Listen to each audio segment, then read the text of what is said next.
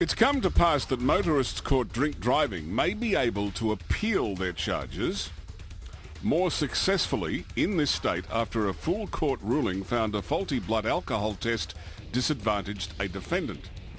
So what's happened is the full court of the Supreme Court found in favour of an alleged drink driver who sought a blood test after blowing positive breath test result.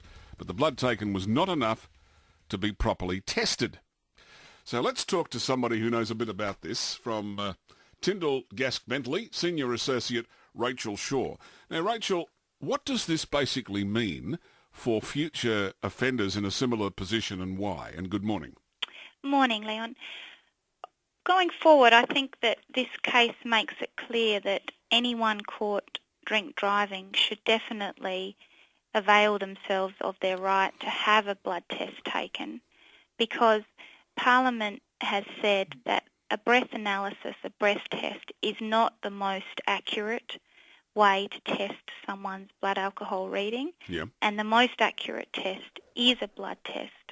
And so what the court held recently is that the fact that this particular driver was denied the right to have his blood tested meant that any trial that he had would be unfair. How did it get to court if the blood test wasn't provided? I thought it was axiomatic that you have to have the blood test. No, you don't. A lot of people are offered to take a blood test, but for some reason many people choose not to. They presume that the breath test is accurate and they don't avail themselves of that right. In this case, the driver did go to a hospital and get his blood taken, but through no fault of his own, there was not enough blood taken, and so he had no opportunity to test whether the breath test was accurate.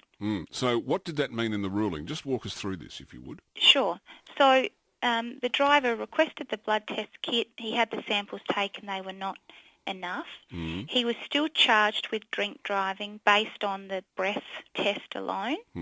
When it got to the magistrate's court, the driver raised the issue that he had his blood taken, but there wasn't enough, and the magistrate effectively threw out the charge and said that he would not be able to get a fair trial because he hadn't had his blood analysed. That police appealed that decision.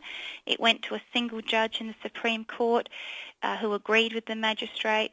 There was an appeal again by the police to the full court, and the full court agreed with the magistrate and the single judge by a majority verdict that this driver was deprived of that right to test the accuracy of his blood alcohol reading. Okay, so now, as a result of that, what's called a legal precedent, as I understand it, what does that mean now for future situations? Well, it means that if a driver does everything right, as this driver did, he requested his blood test kit, he went off to get it taken, and there was a problem through no fault of his own, then that is a basis upon which a driver can say that they will not get a fair trial and their charge should be thrown out.